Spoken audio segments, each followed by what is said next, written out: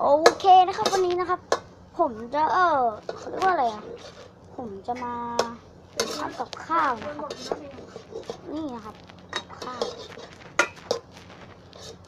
ผมผัดนะครับเขาเรียกว่าตอนแรกครับจะยำเขาเรียกว่าอะไรอ่ะนี่ครับหน้าตา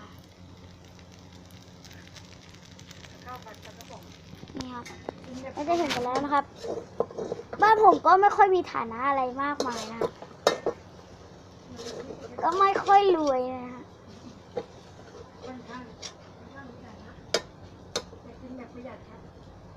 ข้ามีฐานะหน่อยนะครับแต่ผมกินแบบประหยัดครับผมไม่ฟุ่มเฟือยครับตังค์ถ้าปู่หรือย่าผมให้มาครับไม่ถึงวันครับเกลี้ยงครับย่าชาไหมหน่อย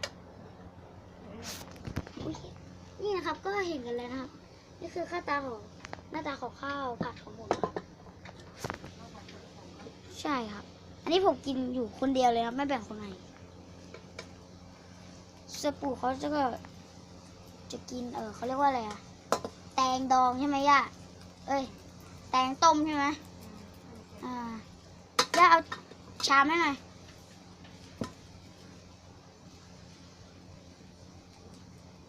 ผมเขาเป็นคนออกโบราณนะครับ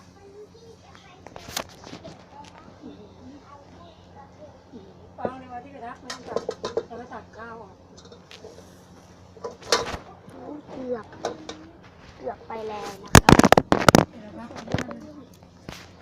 ก็ขอโทษนะครับโทรศัพท์มันร่วงหลายรอบมาก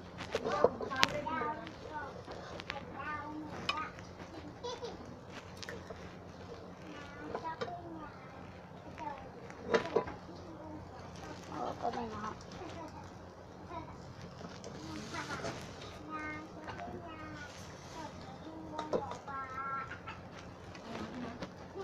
ไม่รู้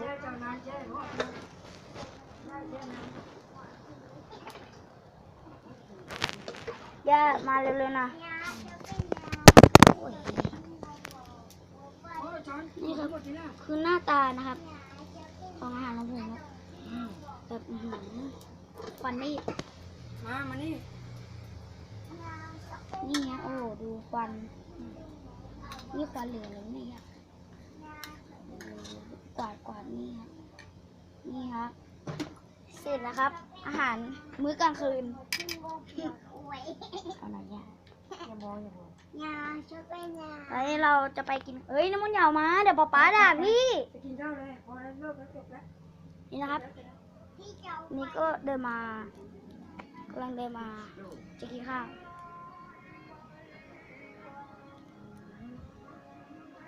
นี่ครับหน้าตาผมก็จะเริ่มทานให้มันดูรสชาติดูปู่หนูกินเลยนะหนูไม่รอแล้วนะหนูหิวข้าวย่าเนี่ยตายเลยกินพร้อมกันเลยมาเร็วน้ำมันมาเร็วนี่นะครับยังไม่หมดนะครับกับข้าวผมเคยกินกันมาอีกนี่คือของน้อยผมใส่ปลากระป๋องเลยข้าวแดงเลยไปเอาของย่ามาอีกดิเราจะมาลองชิมคำแรกนะครับคำแรกนี่ยาชอบเป็นยากระโดดหัวทิ้งวงบ่อหัวสดยาชอบเป็นยาอร่อยฮะกระโดดหัวทิ้งวงบ่อหัวสดอร่อยจริงฮะพี่นัดดูปากพี่ตักขึ้นมาแล้วนะครับยาชอบเป็นยากระโดดหัวทิ้งวงบ่อหัวสดปูดูปากพี่อร่อยดูปากพี่ปูครับยาจะเป็นยากระโดดทิ้งอยากจะบอกอะไรกับคณะกรรมการทั้ง7 คนและคนทั้งประเทศนะครับยาจะเป็นยากระโดดทิ้งของบ่อปลายาจะเป็นยากระโดดทิ้งของบ่อหัวช้างยาจะเป็นยาอร่อยฮะกระโดดทิ้งของหัวก็เป็นเสร็จเรียบร้อยนะครับยาจะเป็นยากระโดดทิ้งของบ่อตอนนี้พี่ของผมนะครับในเฟซนะครับ ชื่อเฟซของก็ชื่อจีแนนนะครับเขียนง่ายๆเป็นภาษาไทยแล้วจะเป็นรูปผู้หญิงนะครับเข้าไปได้นะครับเขาสามารถซื้อโทรศัพท์ได้แล้วครับเขาขายโทรศัพท์นี่คือของแถมของแถมที่ได้มาจากในการซื้อโทรศัพท์แล้วก็จะขายนะครับนี่ครับของแถมมีมาเซลฟี่มีลำโพงมีแก้วน้ำนะครับแค่นี้ก็พอแล้วครับสวัสดีครับโอเคอาหารมื้อนี้เป็นอันเสร็จสิ้นบ๊ายบายชอบกดไลค์รักกดแชร์เลยนะกดซับสไครต์ด้วย